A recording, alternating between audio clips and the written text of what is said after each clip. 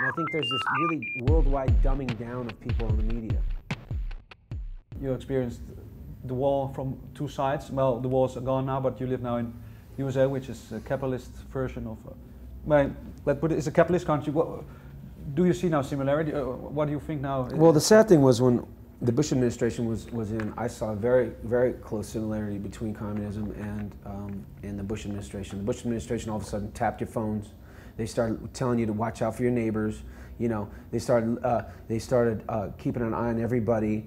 It was pretty much a police state under them, and it's very similar to.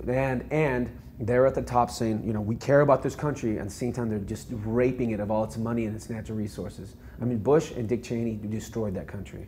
Can we just go back? You mentioned Aggression was the first song you wrote for Ignite, lyrically, then I think. Can you briefly explain what the song was about? It was about this country, the Yugoslavia, that under Tito was everyone lived in peace. I mean, the Winter Olympics were in Sarajevo. There was Jews, there was Muslims, there was Serbs, Croats, there was Orthodox Catholics, regular Catholics, and everyone got along.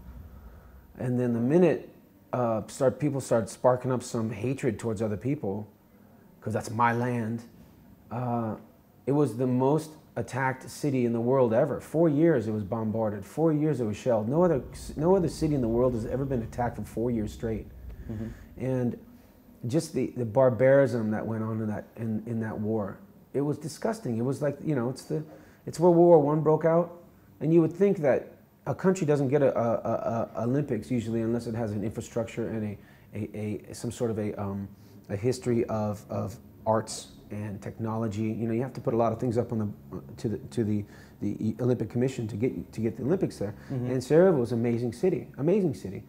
It was one of the richer countries under the communism, you know, and all of a sudden it just turned upside down, and it was one of the most disgusting things that happened in Europe, you know, since World War II. But when you write about such topics now, this maybe is an example, do you try, when I've written a song or before or after, to visit this area or visit the things that you write about to see from close? I've been to Sarajevo, I've been to Pula, I've been to Bihać, I've been to Zagreb, we played in 1994 behind the front lines in Croatia with Slapshot. I have a lot of friends there. I'm in an organization called the International Solidarity Movement, which is a peace movement to get people out of really hazardous situations. You know, I have friends, so I'm pretty political when it comes to the organizations I'm a part of, and I've been all over Yugoslavia, and I've been there during the war. How strong is do you think, still the importance of music to bring this subject to light to some people? You know, it's very strong. So the sad thing is media is so powerful, and the sad thing is it's in the hands of people that want to keep everybody dumb around the world. If you look at the media in the 70s or the 60s during the Vietnam War, Walter Cronkite was in Vietnam reporting every day what's actually going on. He was more powerful than Nixon was. You know, Walter Cronkite was a reporter that went to Vietnam, and you could report. Now you can't see anything on TV.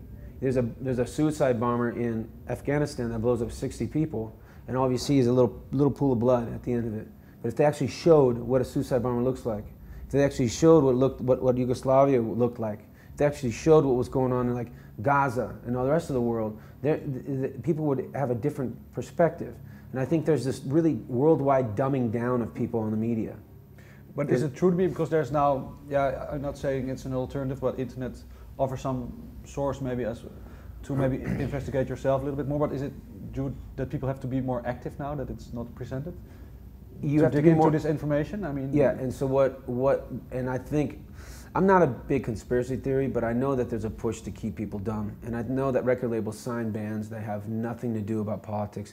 The bands in the 60s that were against the grain and against the war would never have gotten signed nowadays, okay? Because the record industry and the music industry is all about keeping it dumb. The more Britney Spears there are, the better. The more 50 Cents there are, the better. The more you can talk about girls and drugs and money, the better. The less you talk about politics, the better. You know what I mean? It's too abrasive, it's too difficult, can't sell any albums like that.